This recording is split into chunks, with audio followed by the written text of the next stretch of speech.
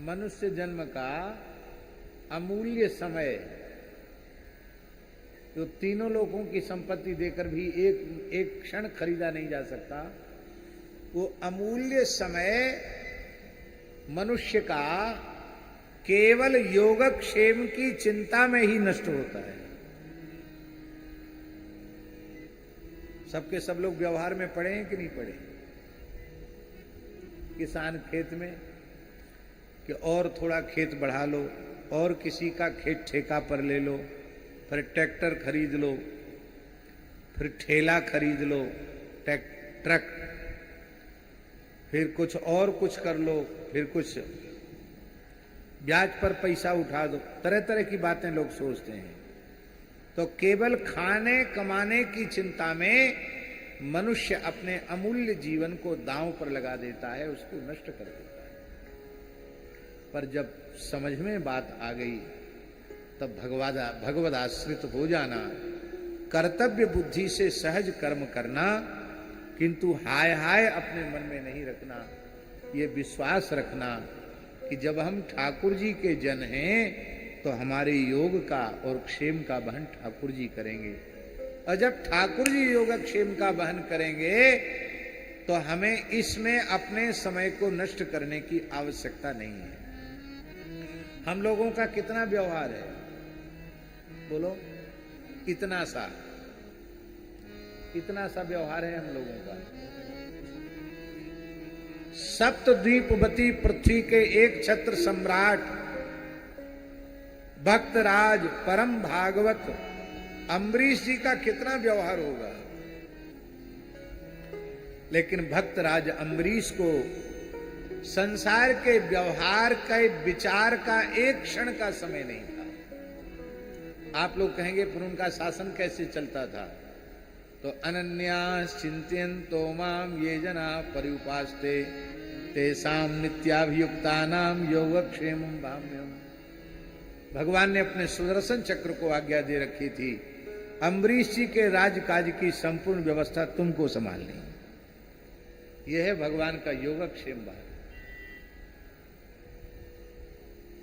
तो ज्ञान का फल है भगत जी भगवत दर्शन की व्याकुलता का उत्पन्न। हाय हाय, यह जन्म तो व्यर्थ बीत ही गया, और न जाने कितने जन्म हमारे। ये पहला जन्म तो है नहीं, इसके पहले न जाने कितने असंख्य जन्म हमारे व्यतीत हो गए।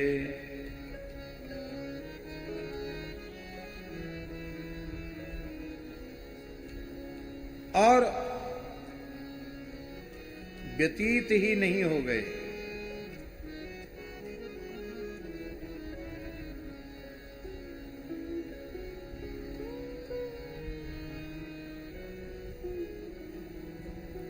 एक झलक भी प्रियतम आपकी हमने नहीं पाई।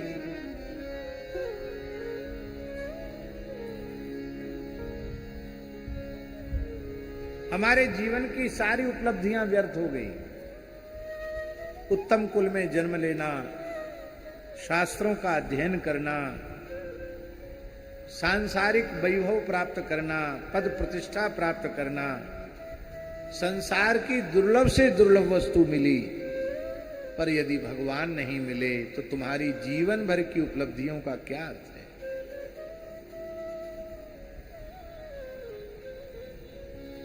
राजा के मरने पर भी शरीर की मुट्ठी भर राख होगी, और रंक के जलने पर भी शरीर की राख ही होगी। क्या रह गया तुम्हारा? कुछ नहीं रह गया। इसलिए इस तरह की विकलता व्याकुलता, कन्हैया तेरा सुखदाई, जने दीदार कब होगा, कन्हैया तेरा सुखदाई, जने दीदार कब होगा। वो जिसके बस चले आते, वो जाने प्यार कब हो। जिसके बस चले आते वो जाने प्यार कब होगा। जिसके बस चले आते वो जाने प्यार कब होगा। वो जिसके बस चले आते वो जान दीदार कब होगा।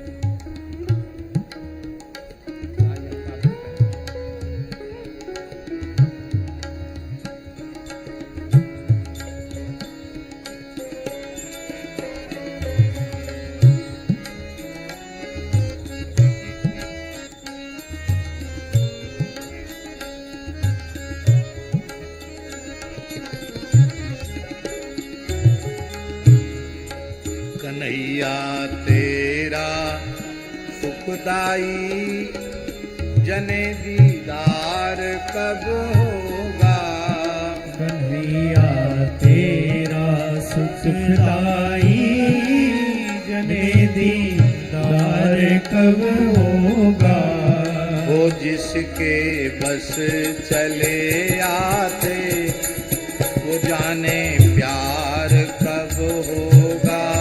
वो जिसके बस चले आते वो जाने प्यार कब होगा। यही आशा लगाए हैं हमारे नाथ जीवन का। यही आशा लगाए हैं हमारे नाथ जीवन का। ये मुरझाया हुआ गुलशन जने गुलजार कब होगा।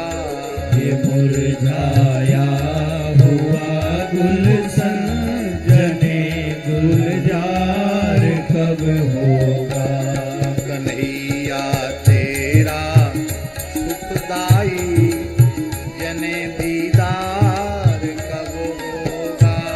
कन्हैया तेरा सुखदाई जने दीदार कब होगा। जन्म और मृत्यु के वन में भटकता थक गया मोहन। जन्म और मृत्यु के वन में भटकता थक गया मोहन।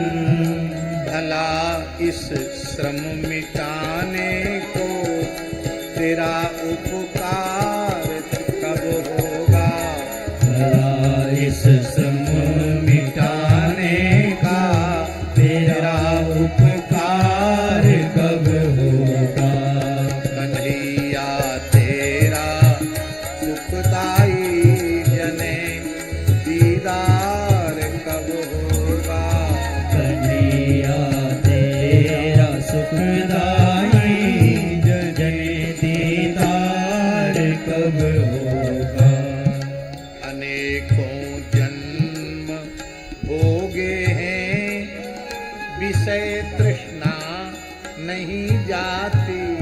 अनेकों जन्म होगे हैं विषय तृष्णा नहीं जाती।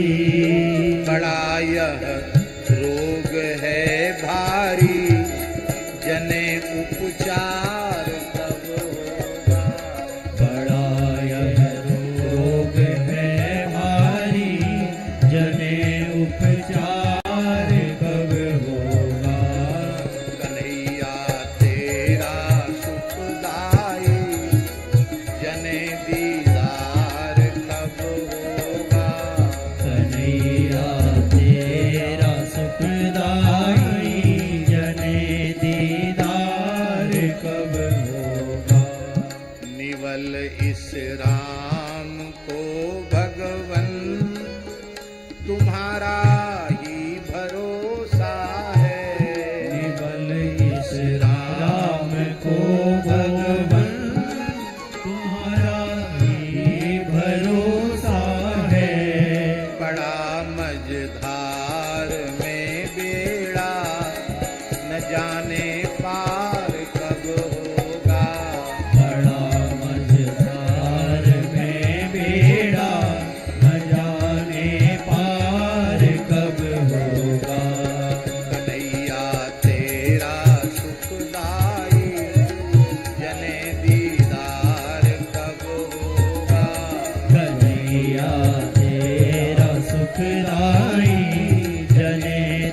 दीदार कब होगा।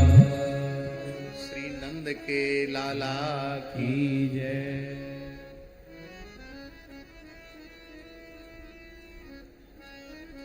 बड़ी प्रसन्नता है कि आज शर्मा जी आए हैं। कन्हैया की याद कर रहे थे, कन्हैया के सखा के रूप में आपका आगमन हुआ, बहुत प्रसन्नता है। ज्ञान का फल है भगवत दर्शन की व्याकुलता का उत्पन्न हो जाता।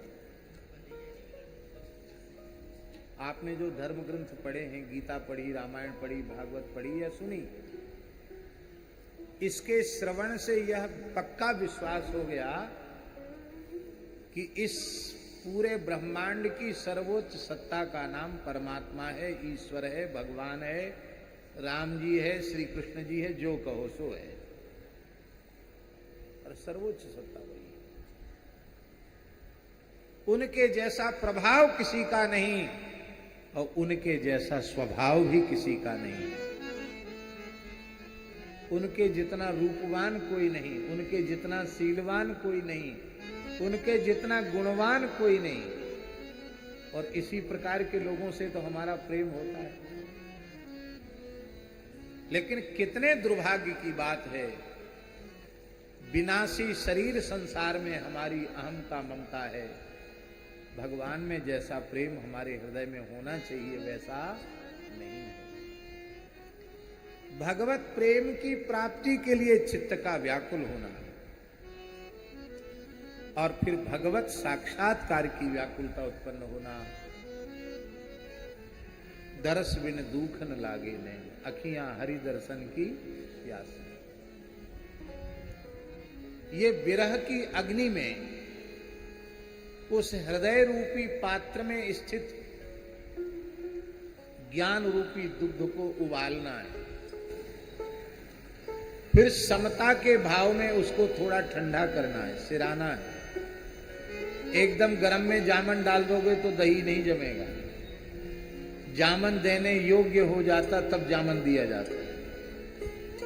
तो समता में उसको सिराना।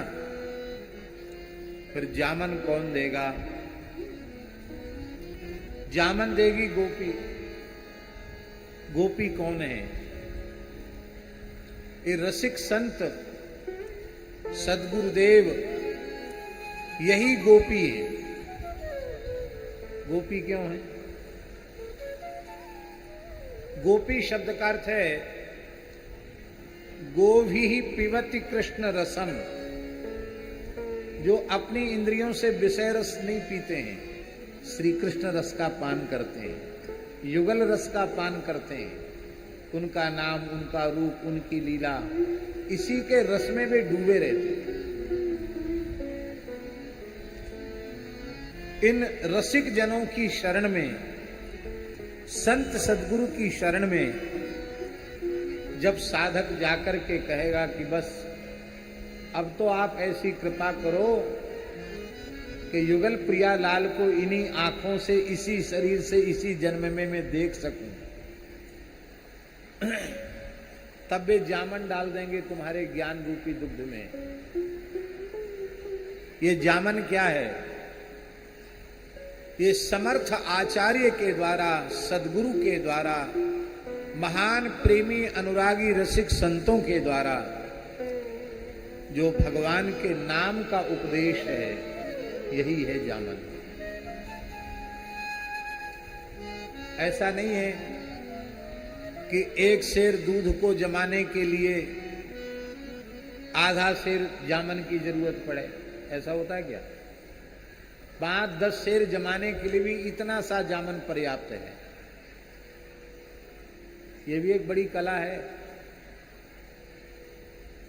अभी गर्मी का समय है, दही जमाते समय नेक उसमें जामन की मात्रा अधिक हो जाए तो सवेरे सवेरे तक तो इतना खट्टा हो जाएगा दही, खाने योग्य नहीं रह जाएगा। तो ऋतु के हिसाब से भी जामन दिया जाता है। मंत्र कितना बड़ा होता है। कथा तो 7 दिन की, 9 दिन की, 10 दिन की, महीना भर की, जीवन भर की, ये कथा है। और ब्रजवासी तो यूं कहें, ए बाबा कथा और मठा को कहा है। मठा में पानी गिरते चले जाओ, मठा बढ़ता चलो जाएगा। कथा में कथा मिलती चली, कथा बड़ी लंबी चौड़ी है गई। एक हमारे परासोली गांव के दे बाबा तेरी कथान में ते कथा निकसे, जैसे मठा में पानी गिरते जाओ, पानी बढ़ते चलो जाओ, मठा बढ़ते चलो जाओ, ये स्थिति। पर मंत्र छोटा होता है, 1 अक्षर का मंत्र, 2 अक्षर का मंत्र, बीजाक्षर एक ही होता है। 5 अक्षर का मंत्र, 6 अक्षर का मंत्र, 8 अक्षर का मंत्र, 12 अक्षर का मंत्र, और सबसे बड़ा गोपाल मंत्र है 18 अक्षर का मंत्र। पर इससे लंबा मंत्र नहीं होता। गायत्री की बात अलग है, वो 24 अक्षर की है। पर हम वैष्णव मंत्र की बात बोल रहे हैं। वैष्णव मंत्र एकाक्षर, द्व्यक्षर, पंचाक्षर, षडक्षर, अष्टाक्षर, द्वादशाक्षर और अष्टादशाक्षर, 18 अक्षर का। तो थोड़ा ही सा मंत्र हुआ, छोटा ही सा तो मंत्र हुआ। फिर आचार्य कह देते हैं कि बस अब तुम रो मत, अब रोना धोना छोड़कर इसी मंत्र में अपना मन, मंत्र और मन का एक करके लग जाओ। तब क्या होगा? जो दूध खौल रहा था विरह की अग्नि में, वो सीरा हो गया, और जामन डालने से वो जम गया। जम गया बढ़िया थक्कादार अधोटा दूध का दही, आप हथेली पे लेके चले जाओ। आपको सुनकर आश्चर्य होगा, मिथिला में आज भी लोग कपड़े में दही बांध कर ले जाते हैं। काय में? आपने सुना है?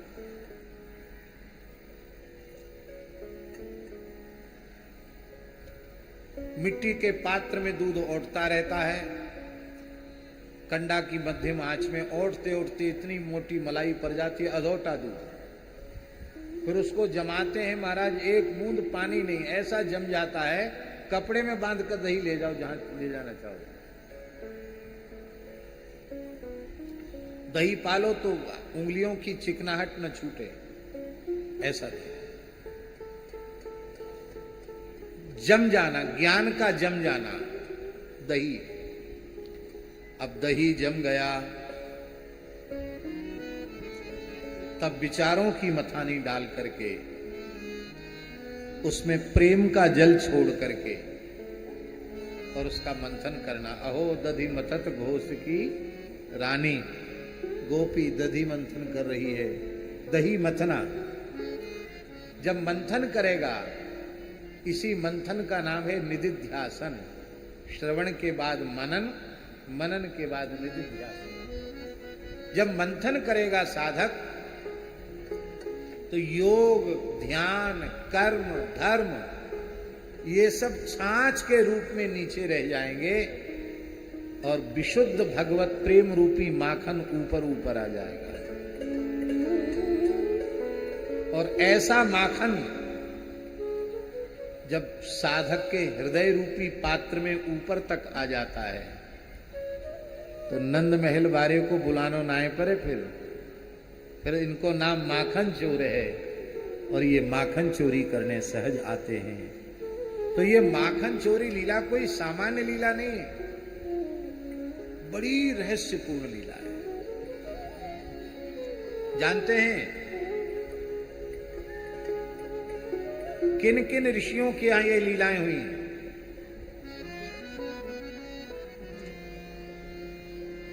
एक उग्रतपा नाम के ऋषि थे, पद्म पुराण में लिखा है। वे बड़े अग्निहोत्री दृढ़व्रती थे। उन्होंने पंचदशाक्षर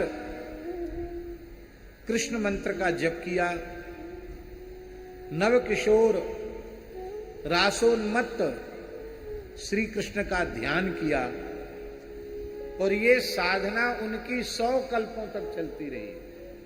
100 कल्पों के बाद वे सुनंद नाम के गोप के घर में सुनंदा नाम की गोपी के रूप में प्रकट हुए, जिसके घर में भगवान ने माखन चोरी लिया। सत्यतपा नाम के महर्षि, उन्होंने सूखे पत्तों को चबाकर दशाक्षर कृष्ण मंत्र का जप किया और राधा रानी के हाथ में हाथ पकड़कर नृत्य करते हुए श्री कृष्ण का ध्यान किया। ये साधना उनकी 10 कल्प तक चलती रही। 10 कल्प के बाद वे सुभद्र नाम के गोप के घर में सुभद्रा नाम की गोपी के रूप में प्रकट हुए। हरिधामा नाम के ऋषि थे, निराहार रह करके क्लीम काम बीज से युक्त विंशाक्षरी कृष्ण मंत्र का जप किया और माधवी लता मंडप में लेटे हुए पौधे हुए युगल सरकार राधा माधव श्यामा श्याम का ध्यान किया। ये साधना उनकी 3 कल्पों तक चलती रही। 3 कल्प के पश्चात सारंग नाम के गोप के घर में रंगवेणी नाम की गोपी के रूप में वे ऋषि प्रकट हुए, जिनके घर में भगवान ने माखन चोरी लीला की। महर्षि जावाली ब्रह्म ज्ञानियों में श्रेष्ठ माने जाते हैं। इन महर्षि जावाली की तपस्थली है नर्मदा का किनारा जबलपुर। ये जबलपुर जो है ना शर्मा जी, ये जावाली ऋषि की ही तपस्थली। जावालीपुर से जबलपुर हो गया। इसका प्राचीन नाम क्या था? जावालीपुर। जावालीपुर से जबलपुर हो गया। ब्रह्म ज्ञानियों में शिरोमणि महर्षि माने जाते हैं जावाली। लिखा है शुको मुक्तः जावालिर मुक्तः।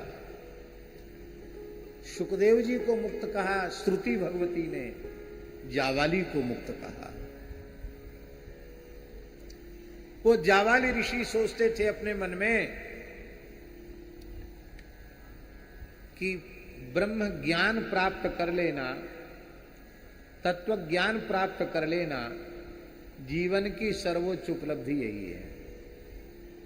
और ये झाल मजीरा कूट के हरे रामा हरे कृष्णा करना, ये तो प्राइमरी साधन है, प्राथमिक साधन है, जिनका बेचारे ज्यादा कोई कठोर नियम व्रत नहीं कर सकते, पढ़ लिख नहीं सकते, उपनिषद गीता ब्रह्म सूत्र नहीं पढ़ सकते, तत्व ज्ञान का विचार नहीं कर सकते। वो अपने तिलक लगावें, कंठी बांधें, कीर्तन करें, कथा सुन, ऐसा वो सोचते थे अपने मन में।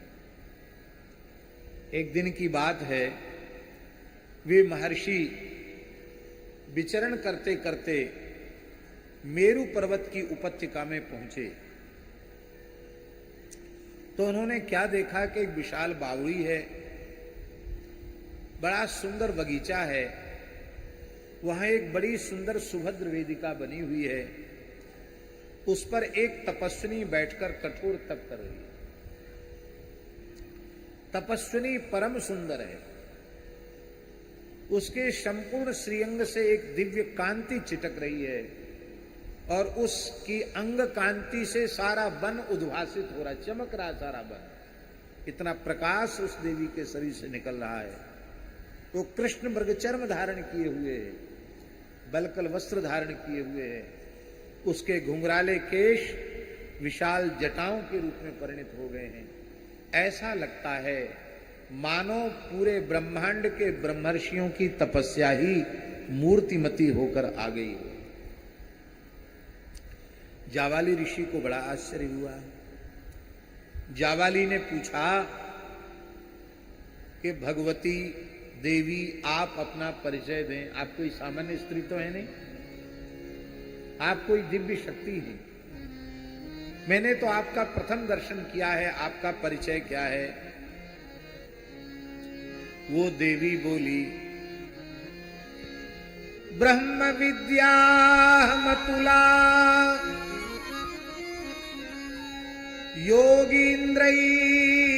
योगीन्द्रैर्मृग्यते च या साहं हरिपदाम्भोज काम्यया सुचिरं तपः ब्रह्मानन्देन पूर्णा तेनानन्देन तृप्तधि चराम्यस्मिन् वने घोरे ध्यायन्ति पुरुषोत्तमम् तथापि शून्यमात्मानं मन्ये कृष्णरतिं विना।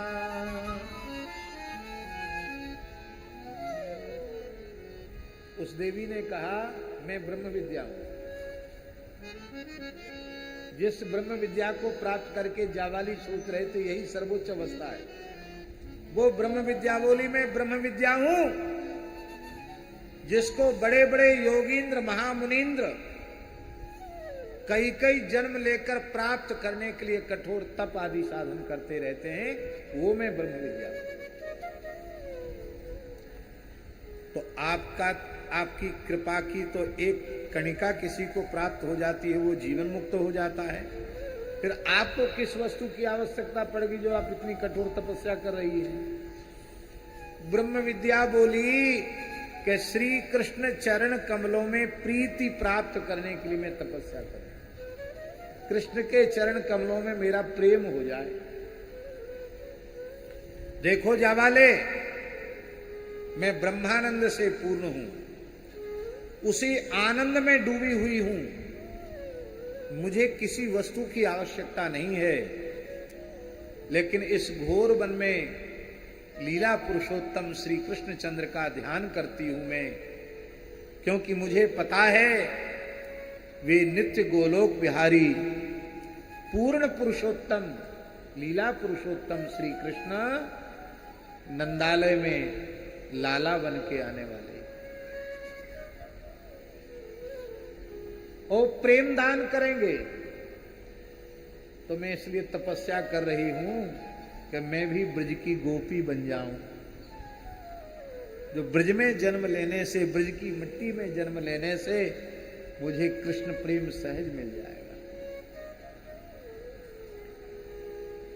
ब्रज की रज में जिनका जन्म हुआ है, आप तो जन्म से ब्रजवासी हो, ब्रज की रज में जिनका जन्म हुआ है उनका भगवत संबंध जन्म से ही है, उनकी सहज प्रीति भगवान में जन्म से ही है। और यदि नहीं है तो फिर विचार की आवश्यकता है कि हमारी उत्पत्ति में खोट कहां से आ गई। इसलिए भैया बुरो मत मानियो, फिर हम वही बात कह रहे हैं कि ठाकुर जी ने तो हमें ब्रजवासी बनाए दियो, पर अभी हमारो ब्रजवासी बननो शेष है। इसलिए ब्रज के रसकन ने गायो है, भैया कब हम होंगे ब्रजवासी, भैया कब होंगे, कब होंगे ब्रजवासी। भैया ब्रजवासी तो हो ही हो, फिर कब होंगे ब्रजवासी, ये क्यों बोल रहे हो? बोले भैया सांचो ब्रजवासी वही है जो ठाकुर के संग खेले, खावे, माखन चोरी लीला में सम्मिलित होए, बछड़ा बछिया चरावे, गैयान को घेरे, ये लीलान की अनुभूति है रही होए, तब तो आप शुद्ध ब्रजवासी हो। नहीं तो ठाकुर जी ने तो ब्रजवासी बनाए दियो, पर अवई हमें ब्रजवासी बनवे की आवश्यकता।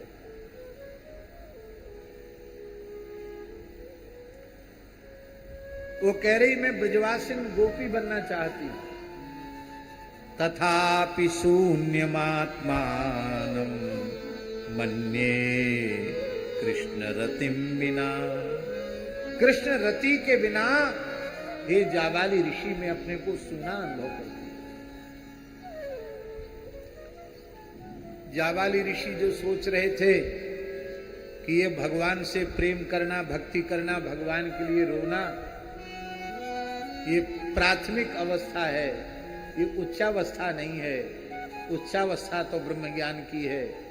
आज उनका अहंकार ठंडा पड़ गया।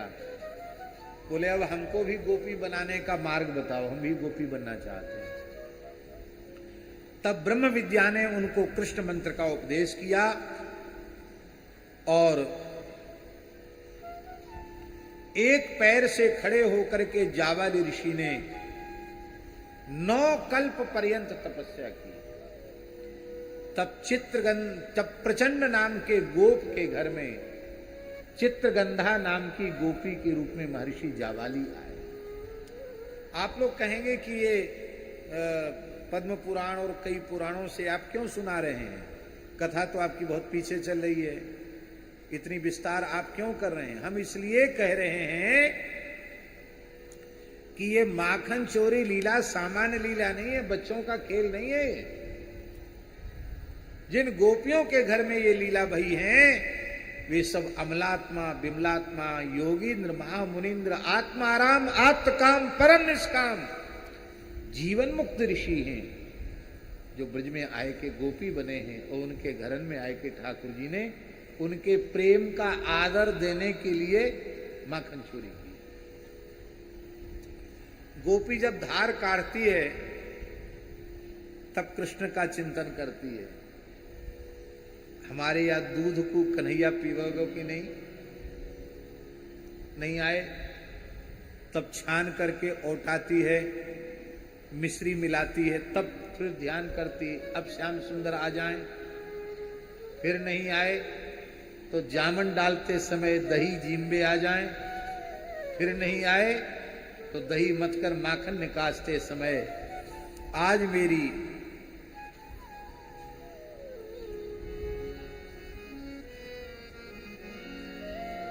ब्रज में हम लोग देखते हैं लीला में,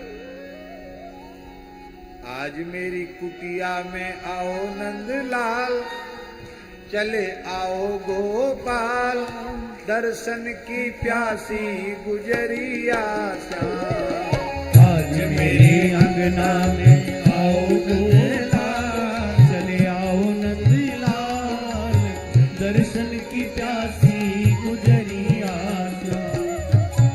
आज मेरे अंगना में आओ नंदलाल, चले आओ गोपाल, दर्शन की प्यासी गुजरिया श्याम। रैन नहीं सोए उठी भोर ही बिलोवे, रैन नहीं सोए उठी भोर ही बिलोवे, रैन नहीं सोए उठी भोर ही बिलोवे, रैन नहीं सोए उठी भोर ही बिलोवे। गावे और ध्यावे तोई को नंदलाल, तोई को नंदलाल, दर्शन की प्यासी गुजरिया श्याम। आज मेरे अंगना में आओ नंदलाल, चले आओ गोपाल, दर्शन की प्यासी गुजरिया। कोरी कोरी मटकी में धोरी धोरी गैयन को, कोरी कोरी मटकी में धोरी धोरी गैयन को, कोरी कोरी मटकी में धोरी धोरी गैयन को, कोरी कोरी मटकी में धोरी धोरी गैयन को। न्यारो ही जमाए दही राखो नंदलाल, दही राखो गोपाल, दर्शन की प्यासी गुजरिया श्याम। आज मेरे अंगना में आओ नंदलाल, चले आओ गोपाल, दर्शन की प्यासी गुजरिया।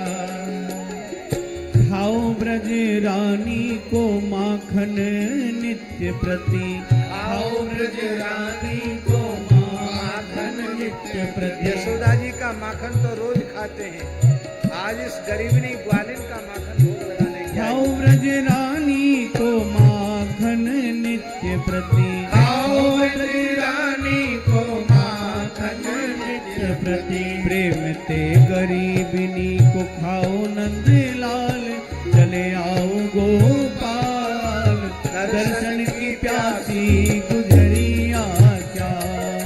प्रेम ते गरीबनी को खाओ नंद लाल, चले आओ नंद लाल, दर्शन की प्यासी गुजरिया। आज मोरे अंगना में आओ नंद लाल, चले आओ गोपाल, दर्शन की प्यासी गुजरिया। कुछ नित्य सिद्धा हैं, कुछ साधन सिद्धा हैं, अनेक वर्ग हैं गोपियों के। उन सब के मनोरथ को भगवान पूर्ण करते हैं। वत्सान मुंचन क्वचिद समय, क्रोश संजात हासः। अब एक प्रश्न है, जब इतने प्रेम से कीर्तन कर करके बुलाती हैं, रो रो के बुलाती हैं, फिर ठाकुर जी को पकड़ना क्यों चाहती?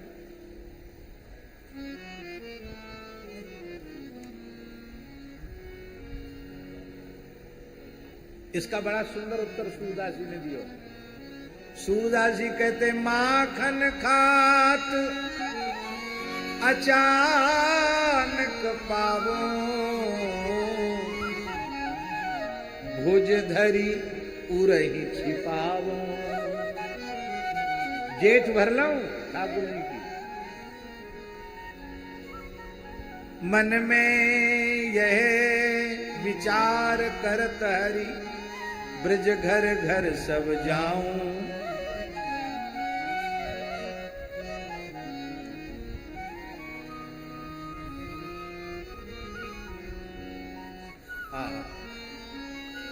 तो इसलिए गोपी कृष्णा लिंगन प्राप्त करना चाहती है और ठाकुर जी लीला करके चले जाते हैं तो लीला का सुख से वंचित।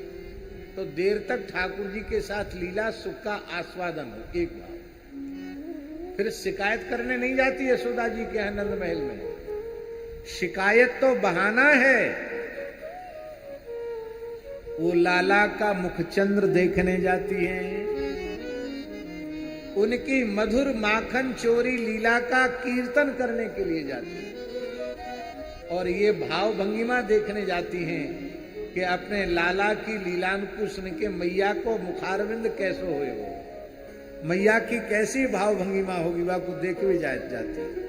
ये प्रेम की लीला है, ऊपर से कठोरता है और भीतर भाव की प्रवणता है। भीतर में प्रेम बहुत अधिक है पर बाहर से गोपी शिकायत करती है, अनेक उपाय करती हैं कि कैसे ठाकुर जी को माखन चोरी करते हुए पकड़ा जाए। बत्सान मुंचन क्वचिद समये, क्रोश संजात हासा। एक लीला हो गई, एक गोपी ने माखन की मटकी ओखली में रख दी और ओखली के ऊपर मूढ़ा डाल दियो, आसन डाल के बैठ गई। ठाकुर जी सखान के संग पधारे तो गोपी ने कहा, आओ आओ लाल जी पधारो, या गर्विनी की कुटिया में, गर्विनी के घर में आप आए हो, आपने बड़ी दया करी, पधारो प्रभु। अपनी चोर मंडली के साथ आए हो, बड़े सौभाग्य की बात है। देखो लाला, या घर में जो कछु है सो सब कछु तेरो है, या में चोरी की आवश्यकता ना है। जब सब कछु तेरो है तो तू प्रेम से हमारे सामने बैठ के भोग लगा। बस बात ये है कि माखन खोजनो पड़ेगो तो है यही घर में, पर तो खोजने में श्रम करना पड़ेगा भैया। एड़ी चोटी को पसीना एक है जाए तब नेक्सो माखन निकसे, दुल्लरते तिल्लर रह जाऊं तब माखन निकसे। तो इतनी मूल्यवान वस्तु को खोजने में श्रम तो करना पड़ेगा कि नहीं। ठाकुर जी बोले खोजूंगो। पूरे घर में छानबीन कर लई, माखन कहूं नहीं पायो। छींके खाली पड़े, मटकी खाली पड़ी। ठाकुर जी ने विचार कियो, ये गोपी बैठी बैठी काय को बतरा रही है, ये ठाड़ी क्यों नहीं है रही है, और खुशबू तो माखन की यहीं से आ रही है। तो ठाकुर जी ने अपने सखान को इशारों किया, या के बछड़ा बछिया खोल दो। सखा सब सिखे पड़े भय। सखान ने बछड़ा बछिया खोल दिए। ठाकुर जी हंस हंस के नाच नाच के कहवे लगे, देख ले तू बैठी बैठी गोल मटोल बातन ने बनाए रही है, और तेरे सवरे बछड़ा बछिया खुल के नहीं आ गैयान को दूध पी रहे। अब हमारी सबरी बछड़ा बछिया दूध पी रहे हैं और संध्या को गैया दूध नहीं देंगी, तो बेचारी गोपी दौड़ी। अब एक दो बछड़ा बछिया हो तो पकड़े जाएं, बांधे जाएं। ब्रजवासन के पास बहुत गोधन है, एक को पकड़े दूसरे छूट जाए बछड़ा बछिया। ठाकुर जी मूढ़ा पे बैठ गए, माखन की कमोरी गोद में रख ली और प्रेम से माखन आस्वादन कर रहे हैं, खाए भोग लगाए रहे हैं और अपने सखान को माखन खवाए रहे हैं। जब तक गोपी बांध तो सकी नहीं बछड़ा बछिया, निराश है कि आएगी। यहां आए के कहा देखे कि ठाकुर जी मूढ़ा पर विराजे हैं, माखन को भोग लगाए रहे हैं, सखान को खवाए रहे हैं। संजात हास, इस लीला को देखकर आनंद विभोर हो गई। बोले लाला तू बहुत चतुर है, अरे ये कोई खोजवे की बात भाई, हमारे सबरे बछड़ा बछिया तेने खुलवाए दिए। ठाकुर जी बोले देख ले गोपी, जो जीव ज्यादा चतुराई हमारे संग करे ना, वा को फल यही मिले, वा परिणाम यही मिले। तो बढ़िया ते आसन डार के हमारी सखा मंडली के सहित हमको जिमाम थी, तो कम से कम संध्या को तेरी गैया दूध तो दे देती। ठाकुर जी अंगूठा दिखा के हंसने लग जाते, चिढ़ाने लग जाते हैं। गोपी वह झांकी अपने हृदय में सदा सर्वदा के लिए उतार लेती है। बड़ा सुंदर अर्थ किया है जीव गोस्वामी जी महाराज ने। वो कहते हैं ये लीला क्या है, ये वस्तुतः अविद्या से, अविद्या के खूंटा से बंधे हुए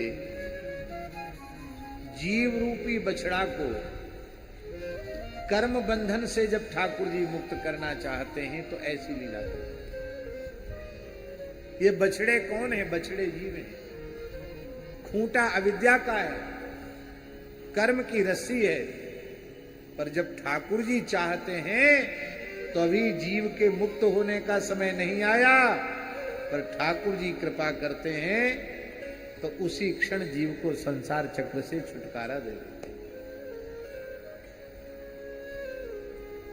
पर एक विशेष बात है श्रीकांत जी, तो विशेष बात यह है कि ठाकुर जी खुद नहीं खोल रहे हैं,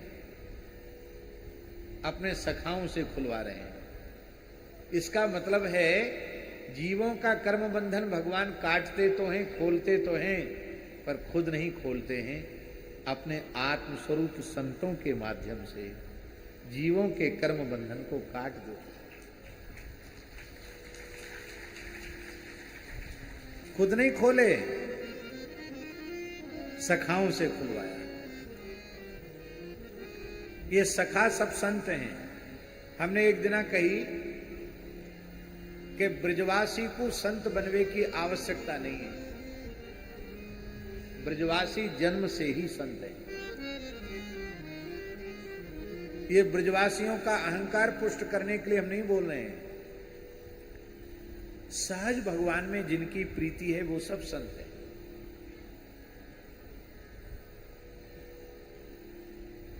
बोलो भक्तवत्सल भगवान की जय। जैसा निश्चल निष्कपट प्रेम ब्रजवासियों का ठाकुर जी श्री जी में है, वैसा निश्चल निष्कपट प्रेम बड़े बड़े अमलात्मा विमलात्मा ऋषि महर्षियों को भी दुर्लभ। ये प्रेम क्या है? आत्मीयता। और आपको हमारी बात पे विश्वास न हो तो देख लियो, रंगीली होरी आवे, नंदगाम के सब ग्वारिया गोप होरी खेल में बरसाने में जाएं, और वहां गोपी उनके संग होरी खेलें। आप यदि भावपूर्वक उस लीला का दर्शन करें तो आपको यह नहीं लगेगा कि कलयुग की घटना है, आपको लगेगा कि एक द्वापर युग में हम आ गए हैं। तो साक्षात ये ग्वारिया हैं, साक्षात गोपी हैं। इन ग्वारियन के झुंड में ही कहूं न कहूं दाऊ दादा हैं, इन ग्वारियन के झुंड में ही कन्हैया हैं, और इन गोपिन के झुंड में कहीं न कहीं राधा रानी। उस समय जिस भाव से वो खेलते हैं लठमार होली, उस भाव में कृत्रिमता नहीं है, बनावटीपन नहीं है, उसमें स्वाभाविकता है। यही शुद्ध प्रीति है। अभी हम नाम भूल रहे हैं, आप लोगों में से किसी को पता होगा, हमारे वृंदावन में एक महापुरुष थे, श्री बीणमृत कुंज वाले महाराज जी के परिकर पूज्य बाबा श्री मनोहर दास जी, बहुत उच्च कोटि के महात्मा थे। उनने हमको एक घटना सुनाई। बोले नंदगाम के एक ब्रजवासी नंदलाला के अंग सेवी गुसाई बोले हमारे संग जगन्नाथपुरी गए, तो जगन्नाथ जी का स्वरूप तो अलग ढंग का है। तो बोले भैया ये कौन से ठाकुर हैं? बोले तुम्हारो कन्हैया है। इतना सुनते ही बोले ऐ दशा कैसे हो गई ठाकुर जी की? बोले ब्रजवासियों के विरह में, ब्रजवासियों के प्रेम में ठाकुर जी को श्रीअंग गल गयो। इतना सुनते ही वो बता रहे थे कि उन गुसाई जी को इतना भावावेश हुआ और वो कितनी तेजी से आवेश में दौड़कर जगन्नाथ जी से लिपट गए और रोके कहें लाला चल नंदगाम में चल। कहा कर रहे हो तू यहां? देखते ने अपनी कागत कर रखी। लोग तो समझे पागल हो गए। उनको तो महाराज जी लोगों ने धक्का मुक्की भी की, लेकिन वो उसी प्रेम के आवेश में। ये नंदगांव के किसी गुसाई की घटना है, श्री मनोहर दास बाबा ने हमको बताई। अब इतनी शुद्ध प्रीति किसमें होगी कि जगन्नाथ जी से ये कहे कि चल लाला नंदगाम चल। ये शुद्ध प्रीति ब्रजवासी है। आहा, ब्रजवासी संत हैं। कैसे? हमारे वृंदावन के एक भगवत साक्षात्कार संपन्न महापुरुष थे, पूज्य पंडित श्री जगन्नाथ प्रसाद भक्तमाली जी। वे कहते त्रेता में बानर भय, द्वापर में भय ग्वाल, कलयुग में साधु भय, तिलक छाप अरुमाल। वो कहते थे सब ठाकुर जी के सखाई हैं। त्रेता में लीला करवे ठाकुर जाए तो बंदर भालू है गए, ब्रज में द्वापर में लीला करवे आए तो ग्वालवाल है गए, और कलयुग में यही ठाकुर जी के सखा संतन के रूप में आए। ये पंडित जी महाराज का। तो ब्रजवासी ग्वालवाल हैं, ब्रजवासी रामावतार के बंदर भालू हैं, और कृष्णावतार के ग्वालवाल हैं, और कलिकाल के ब्रजवासी संत हैं। इनकी सहज प्रीति भगवान में। तो असमय में ही अभी जीव को संसार के चक्र में पड़े रहना है, पर ठाकुर जी उसको मुक्त कर देते हैं। एक गोपी ने सुंदर मिष्टी दही जमाया। ये हमारे कोलकाता के बंगाली दादू जानते हैं मिष्टी दही। आपने खाया कभी कलकत्ता में मिष्टी दही? नहीं। अरे क्या कहना हमारा, हम तो बाजार की चीज पाते नहीं हैं, लेकिन हम जानते हैं मिष्टी दही कैसे बनता है। दूध को मध्य आंच में, वेद लक्षणा भारतीय देसी गाय के दूध को मध्य आंच में औटाओ, घोटते रहो, घोटते घोटते अधोटा आ जाए। अधोटा माने जैसे 5 सेर को 2.5 सेर रह जाए। फिर वो अधोटा बनाते समय मिश्री गिर दो, खूब बढ़िया मिश्री। ताल मिश्री हो तो क्या कहना है, ताल मिश्री आती है बंगाल में। ताल मिश्री गिर के धीरे धीरे उसको घोटो।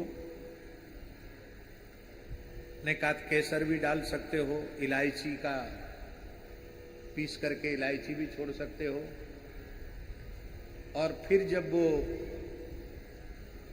थोड़ा सीरा हो जाए, ठंडा हो जाए, गुनगुना हो जाए, तो उसको फिर कोरी मिट्टी की हंडी में वस्त्र से पोंछ करके डाल दो। उसी समय जामन डाल दो, जामन देके मिला दो, फिर आप रख दो उसको। तो अधोटा दूध में पानी तो वैसे ही नहीं रहा, रहा सहा जो पानी है वो कोरी मटकी सोख लेती है। फिर ऐसा गुलाबी रंग का दही होता है महाराज, क्या कहें। इतनी मोटी मलाई पर जाए ऊपर ते, और तुलसी दल पधराए के ठाकुर जी को प्रेम ते भोग लगाओ तो दौड़े चले आवे ठाकुर जी। और आपको हमारी बात पे विश्वास नहीं है रहे होएगो, ऐसो दही भोग लगाए के ब्रजवासी ब्राह्मणन को, संतन को खूब झिक्के जिमाओ। फिर हाथ जोड़ के ये प्रार्थना नहीं करनी पड़ेगी, बाबा आशीर्वाद दो, ऐसो दही जो खाएगो वाके रोम रोम ते आशीर्वाद निकसेगो, जजमान तेरो भलो।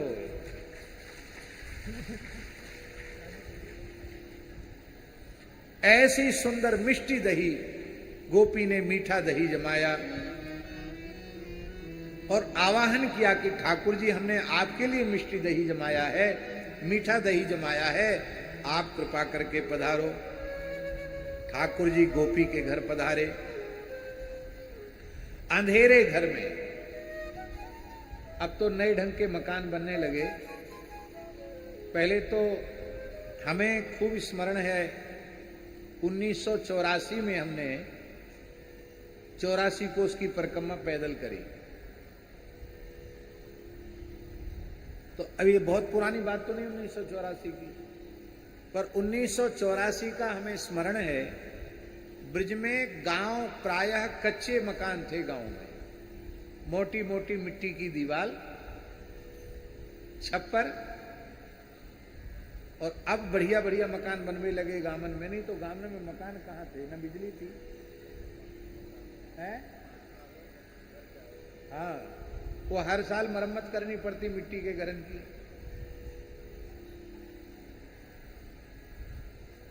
तो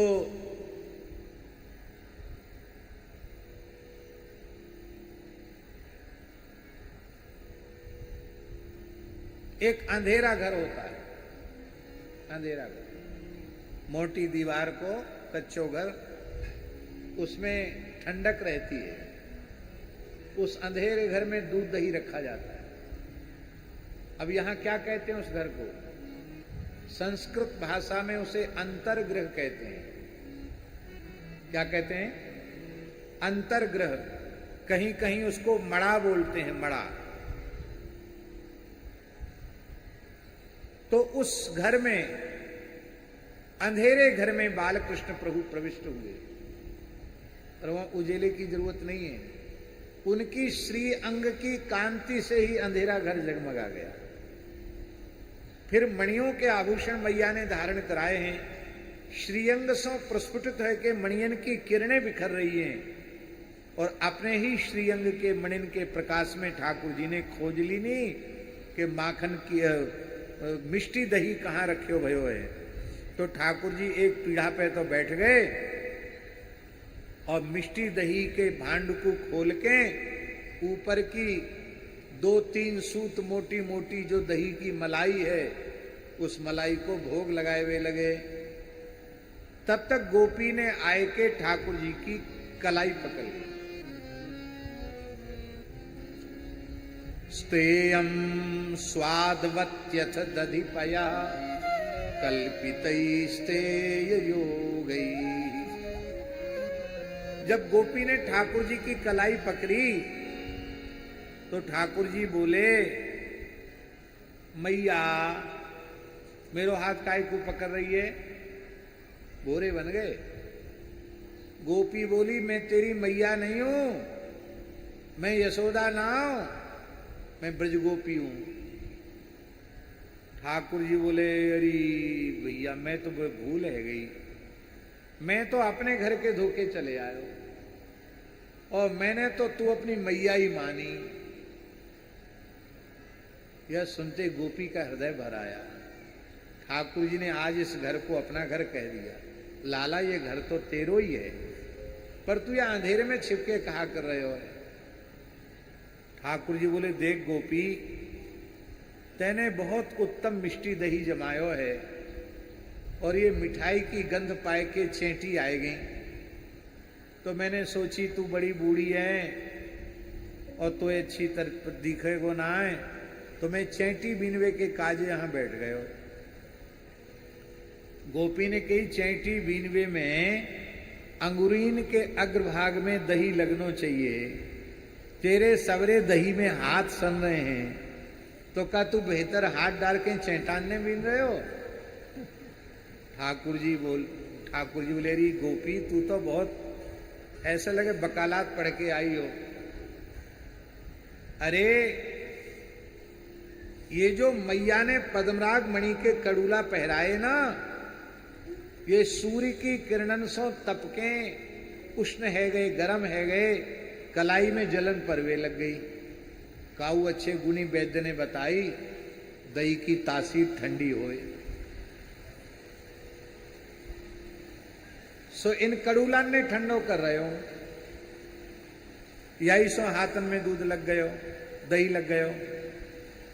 गोपी बोली, तेरे मोहड़े में दही कैसे लग रहे हो? बोले, देख जब मैं दही की चैंटी बीन रहे हो ना, तब एक चैंटी चढ़ते चढ़ते चढ़ते चढ़ते चढ़ते चढ़ते। गोपी बोली, कब तक चढ़ेगी? खाली बोलो चढ़ते चढ़ते चढ़ते चढ़ते। अरे टोके मत, बात ठिकाने तक तो पहुंचन दे। तो चढ़ते चढ़ते चैंटी जैसे ही मुहड़े तक पहुंची, अब मैं बात हटाम तो नहीं, तो मोहड़े में घुसी चली जाती। मैंने जैसी चैंटी ये हटायो, दही अधरन पे लग गयो। अब तू ही बता, दही जैसी अमृत वस्तु होठन पे लग जाए तो वाय चाटवे में कहीं निषेध लिखो भयो का कि दही नहीं खाना चाहिए?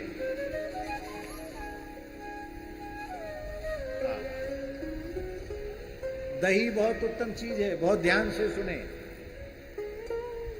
भैंसा के पड्डा, भैंसिया के पड्डा बनोगे, पड़िया बनोगे तो ही दूध पीने को मिलेगा। बछड़ा बछिया बनोगे तो दूध पीने को मिलेगा। भेड़ बकरी के बच्चा बनोगे तो दूध पीने को मिलेगा।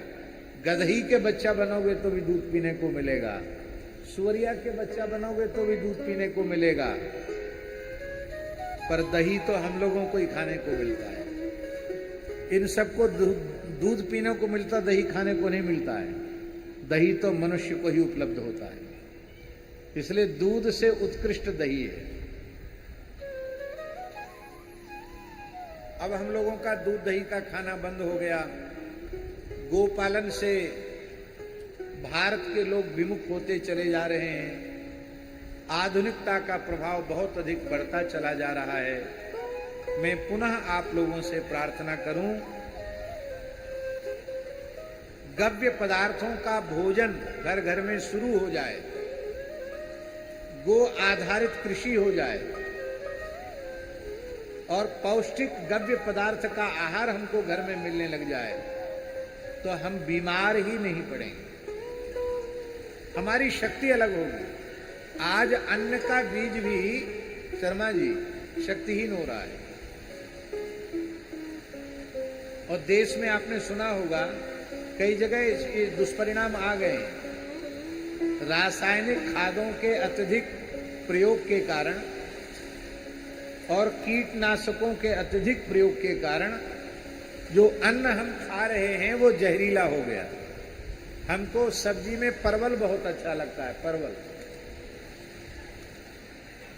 तो एक गांव में हम कथा में गए, चरवा गांव में, वहां चारों ओर परवल की खेती थी और उस खेत वाले, आप थे उस कथा में कि नहीं? उस खेत के, आप तो थे, खेत के लोगों ने, शर्मा जी, खेत के लोगों ने रासायनिक दवाई का छिड़काव किया परवल में कीड़ा न लगे। आप आश्चर्य मानेंगे, हमारे तमाम संतों को उल्टी होने लग गई, इतनी दुर्गंध व्याप्त हो गई। हमारी श्रद्धा पूरी हुई परवल खाने से। इतना अधिक रासायनिक कीटनाशक का, जहर का प्रयोग किया जाता है। तो हमने कहा ये छिड़कने वाला कैसे छिड़कता है? बोले पूरी आंख नाक मुंह बंद करके तब छिड़कता है। हमारे परासोली गांव के एक ब्रजवास गांव की घटना है। धान के खेत में रासायनिक छिड़काव करने गया जवान आदमी और उस विषय जहरीले उस रासायनिक दुष्प्रभाव से उस युवा व्यक्ति की वहीं मृत्यु हो गई। गांव के एक प्रामाणिक व्यक्ति ने बताई कि महाराज जी, हम आपको क्या बतावें, हम लोग जब खेतन में, धान के खेतन में कीटनाशक छिड़क देते हैं, उसके बाद यदि जहरीला सांप निकल जाए तो सांप की मृत्यु हो जाती है। वो चीज हम आहार के रूप में ले रहे हैं। हम लोग सुखी होना चाहते हैं ईमानदारी से, तन मन से स्वस्थ होना चाहते हैं, तो हमको अपने ऋषियों के युग में फिर से लौटकर जाना पड़ेगा। मुगल काल में हमारे पूर्वजों ने कितना अत्याचार सहा, फिर अंग्रेजी शासन में भी अत्याचार सहा, फिर भी वैदिक हिंदू सनातन संस्कृति बची रही। किसान आत्महत्या करने के लिए मजबूर नहीं हुआ और स्वतंत्र भारत में किसान आत्महत्या कर रहा। कारण क्या था? कारण यह था, हमें बीज बाजार से नहीं खरीदना था, बीज हमारा अपने घर का था। खाद हमें किसी सरकार से नहीं खरीदना था, सरकारी दुकान से नहीं लेने था। गैया के गोबर का खाद, गोमूत्र का छिड़काव हमारे घर में था। खाद हमारा अपना, खरीदना नहीं। बीज हमारा अपना, खरीदना नहीं। और डीजल पेट्रोल की जरूरत नहीं, बैल हमारे अपने घर के, जिनसे खेती हो रही है, और परिश्रम अपनी भुजाओं का, अपने परिवार का। तो इतने भारी भारी लगान अंग्रेजी शासन में लगाए गए तो भी किसान बचे रह गए। पर आज बीज का खरीदना, खाद का खरीदना, ये सरकारें कब तक सब्सिडी देती रहेंगी? ईमानदारी से बताओ, आप तो एक अंग हो। ये जो डीजल पेट्रोल, इसी से तो ये जो रासायनिक खाद इसी से बना है।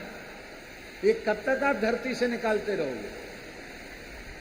और तब तक यदि आपका गोवंश समाप्त हो गया तो आपके पास फिर खेती करने का साधन क्या बचेगा? ये तो विचार करो। तो अभी भी देश में बड़ी संख्या में गोवंश है, उसको संरक्षित करते हुए हम लोगों को प्राचीन कृषि व्यवस्था में लौटना चाहिए।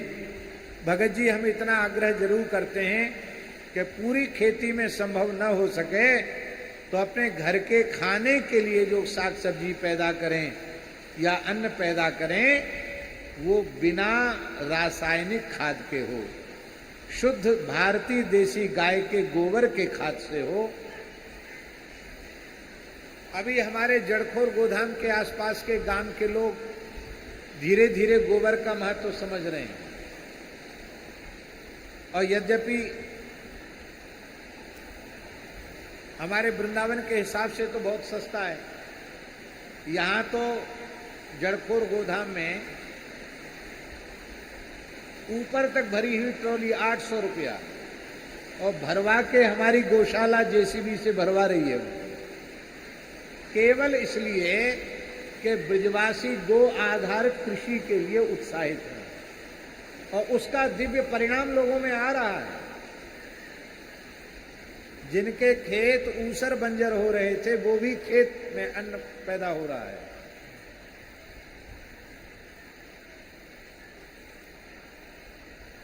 सौ 150 किलोमीटर तक लोग गोबर उठा करके ले जा रहे हैं,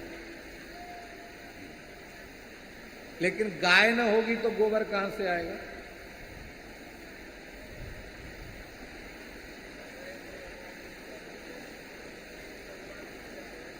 हाँ, खूब आनंद हो रहा है। अभी 2-4 दिन से गर्मी खूब थी, आज खूब रहे। आज गिरिराज पूजन है, बाबा कह रहे हैं हमारे हरदेव बाबा, तो गिरिराज पूजन की तैयारी है रही है।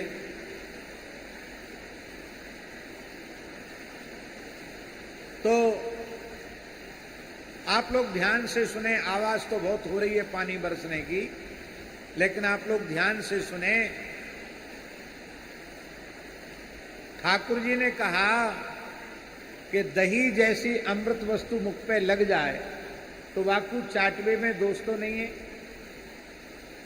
और तो हमारो दही खाए वो बुरो लग रहे हो है। तो ले, ठाकुर जी ने आंचल खींचा और मोहड़ो पोंछ दियो, हाथ पोंछ लिए। गोपी के हृदय में तो प्रेम है, बोले मेरी मटकी जूठी कर दी नहीं, मेरो वस्त्र जूठो कर दियो, खराब कर दियो, और मीठी मीठी बातन ने बनाए रहे हो है। आवई अवई में मैया के पास ले चलूं, और मैया ते कहूं नंद महल में ले चलूं। ठाकुर जी को हाथ पकड़ लियो।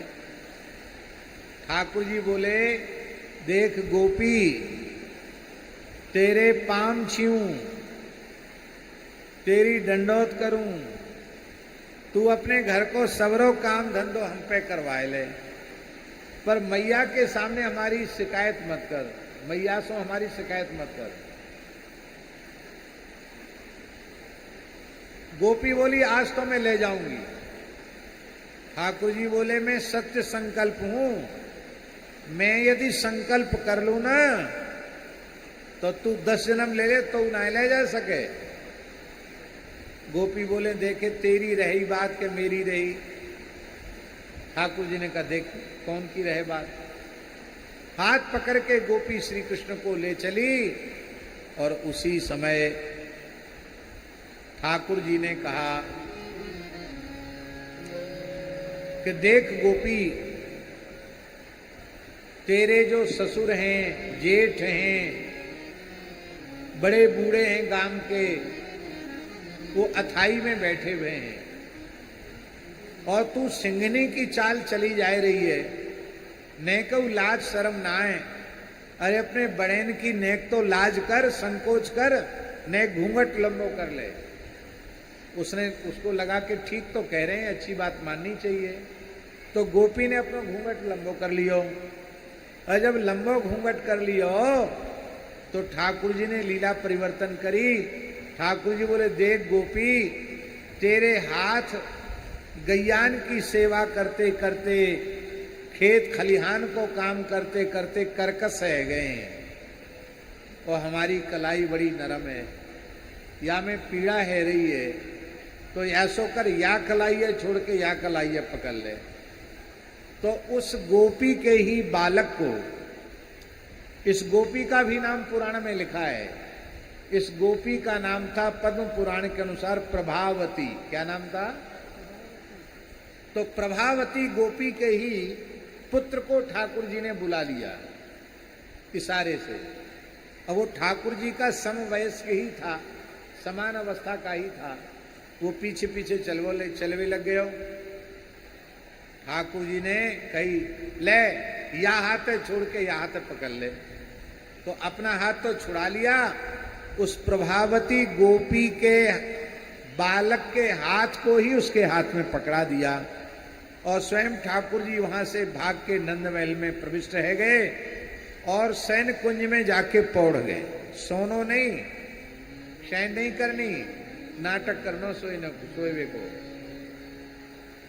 और थोड़ी देर में ठाकुर जी रोएवे लग गए। लाल जी की रोएवे की आवाज जब मैया ने सुनी तो मैया बोली, कन्हैया तू भीतर पर्यो पर्यो रोए रहे हो का? कहा मैया? अरे मैं तो सोच रही कि तू बाहर खेलवे गयो, तू कहूं ना गयो? मैया आज तेने सवेरे कलेऊ कराए के भेजो तो सही, पर मेरी तबीयत कछु हल्की ही, नरम ही तबीयत, तो मैं आए के लेट गयो। तो रोए क्यों रहो? अरे मैया कछु मत पीछे पूछे, दो बिलैया लड़ते लड़ते मेरे ऊपर गिर गई, खोसा मार के चली गई, या लिए रो रहे हो। और दूसरों कारण बड़ी जोरन की भूख लग रही है। मैया ने कही, अरे दारी बुलैया कहाँ से चली आई? प्रेम से फूफू किया, माताएं करती ऐसे करती हैं, बालकों को संतोष हो जाता कि हाँ दवाई हो गई, मलहम पट्टी हो गई। गोद में लिया, माखन रोटी खाने की ठाकुर जी ने इच्छा व्यक्त की और बड़े प्रेम से माखन रोटी ठाकुर जी पाने लगे। इधर प्रभावती गोपी अपने ही बालक को पकड़ करके ले आई। अब एक प्रश्न आपके मन में उठ सकता है कि इतनी दूर तक अपने ही बालक को पकड़ के ले, उसको ये होश नहीं आया घूंघट हटाने का? अरे भाई, श्री कृष्ण का स्वप्न में किसी भाग्यशाली को दर्शन हो जाए तो वो बावरा सा हो जाता है, और जो साक्षात परब्रह्म श्री कृष्ण का हाथ पकड़े हो उसके भीतर क्या आनंद होगा, उसका वर्णन कोई वाणी का विषय है क्या? जाहे लगन लगी घनश्याम की, धरत है पग परत है कितहु, सुध नहीं तन छाया घाम की, जाहे लगन लगी घनश्याम। नारायण बौरी भई डोले, रही न काहू काम की, जाहे लगन लगी घनश्याम की। तो गोपी को कैसे पता चले कि हम कौन को हाथ पकड़े हैं? गोपी बोली, देख मैया, आज तेरे लाला को रंगे हाथ पकड़ के लाई हूं। मैया बोली, कहा कह रही है? हमारो लाला तो सवेरे ते कहूं गयो ही ना है, अब सोए को उठोए। लाला देख ये कहा कह रही है। ठाकुर जी माखन रोटी खाते हुए आंगन में पधारे और बोले, देख ले मैया, हमारे घर में 9 लाख गैया दूध देवे वारी है, कितनो दही होए कितनो माखन होए, छाछ धरवे की तो जगह ना है। छाछ कुंड है नंदगाम में, छाछ कुंड है कि नहीं? तो छाछ धरवे को तो बर्तन नहीं, तालाब भरे रहे छाछ के। तो याई के बालक घरन में चोरी करे, नाम हमारो लगे।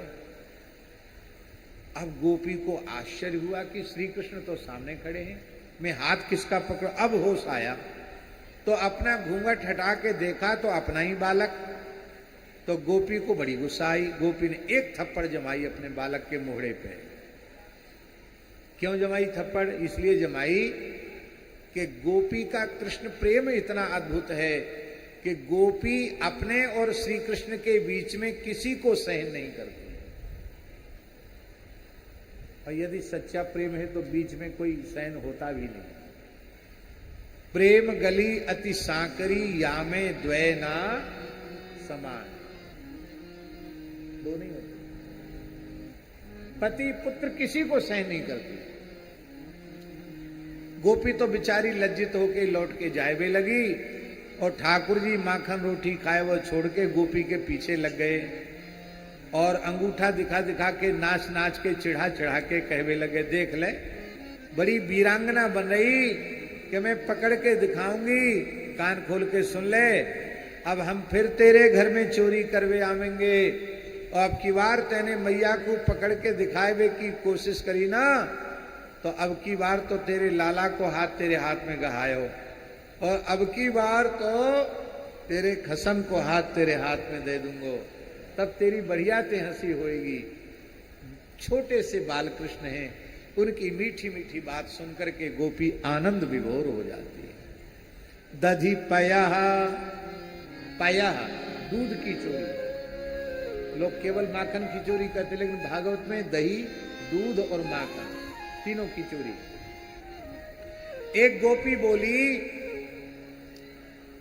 सखी मंडल में कि मैं प्रतिज्ञा करूं, मैं तो कृष्ण को पकड़ के दिखाऊंगी। तू कैसे पकड़ेगी? बोले मैं जुक्ति लगाऊंगी, जुक्ति से मुक्ति होए। उस गोपी के घर में एक बड़ा भारी घंटा था, बजने वाला, जो बड़े मंदिरों में घंटा लटकाया जाता, बजाने वाला, आरती वगैरह के समय बड़ा घंटा था।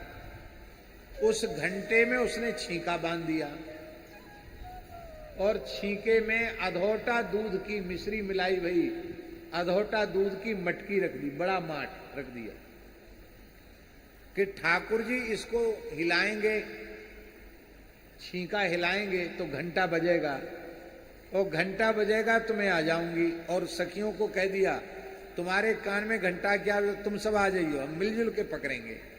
बोले ठीक। और ऐसी ही लीला भई। इस पयः दूध की चोरी की लीला का वर्णन ब्रज के महान रसिक संत श्री बिल्वमंगल जी ने, जिनका काल 7वीं 8वीं सदी का काल है, ये वृंदावन के सबसे प्राचीन रसिक हैं, इनका काल 7वीं 8वीं सदी का काल। वृंदावन में समाधि है बिल्वमंगल जी के, दर्शन करे होंगे आपने, गोपीनाथ बाजार में समाधि। कृष्ण करणामृत ग्रंथ में इस लीला का बिल्वमंगल जी ने वर्णन किया है। पीठे पीठ निषण्ण बालक गले, तिष्ठन् स गोपाल को, यंत्रान्तस्थित दुग्ध भाण्डमभ विद्याच्छाद्य घंटावरम्, वक्त्रोपान्त कृतांजलि कृतशिरः, कंपं पिबन्यः पयः, पायादागत गोपिका नयनयोर गंडूषपूतार। ठाकुर जी गोपी के घर में गए तो देखा मटकी तो ऊपर में है, तो पीठे पीठ निषण्ण, पीढ़े के ऊपर पीढ़ा पधरा है। उन पीढ़ों पे ग्वाल मंडला को खड़ा किया, ग्वाल वालों के कंधे पर ठाकुर जी ठाड़े है गए, झांकी को दर्शन करो, और फिरऊ छीको ऊपर है। तो ठाकुर जी ने अपने फेट से लकुट निकाली और लकुट से छिद्र करना चाहते थे। तब तक सखा बोले लाला शीघ्रता कर, नेचे उतरिया। ठाकुर जी बोले क्यों? अरे तू देखे ना, ये छींको घंटा में बंध रहे हो, छींको हिलेगो, घंटा बजेगो तो लट्ठन की मार पड़ेगी। ठाकुर जी बोले भाई इतने परिश्रम कियो है तो या परिश्रम को हम व्यर्थ नहीं जान देंगे। तो ठाकुर जी क्या बोले, तुम सब शांत रहो, मैं घंटा से बातचीत करूं। ठाकुर जी बोले एक घंटा, आप लोग मन में ऐसा न सोचें कि घंटा तो जड़ है, ठाकुर जी घंटे से बात कैसे कर सकते हैं। एक पक्की बात समझ लो, पूरे विश्व विराट ब्रह्मांड में कहीं भी जड़ता नहीं है। जड़ता हमारी बुद्धि में है।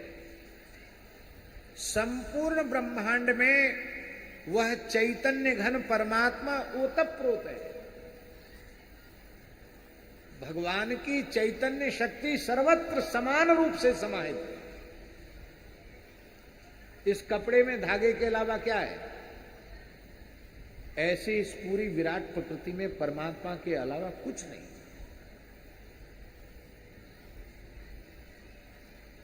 इसलिए ये विज्ञान आधुनिक भौतिक विज्ञान वालों के पास नहीं, पर हमारे ऋषि महर्षियों का विज्ञान ऐसा रहा है।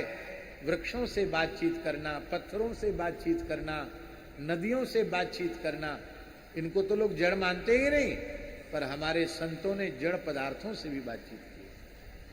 हम कितने उदाहरण आपको गिना सकते हैं, बता सकते हैं। जड़ता कहीं नहीं, जड़ता हमारी बुद्धि में है। हम लोग भगवान के जो सेवा के पात्र होते हैं उनको क्या बोलते हैं? पार्षद बोलते हैं। क्या बोलते हैं? पार्षद जड़ होते हैं क्या? पार्षद तो चैतन्य होते हैं। तो भगवान की सेवा के जितने उपकरण हैं सब चैतन्य हैं। यहां तक कि भगवान के मंदिर की झाड़ू भी चैतन्य है, जड़ कुछ नहीं है। तो भगवान घंटे से बात करने लगे, बोले तू कौन है? महाराज मैं आपका पार्षद, आपका सेवक। मंदिरों में आरती के समय बजाया जाता हूं, भोग के समय बजाया जाता हूं, मैं घंटा हूं, आपका सेवक हूं, आप मेरे स्वामी हैं। ठीक जाने तू। स्वामी को कहा धर्म है? बोले आज्ञा देनो। सेवक को कहा धर्म है? आज्ञा पालन करनो। तो मैं तोकू आज्ञा दू हूं, मैं किते को हिलाऊं डुलाऊं, तू आवाज मत करियो, बजियो मत।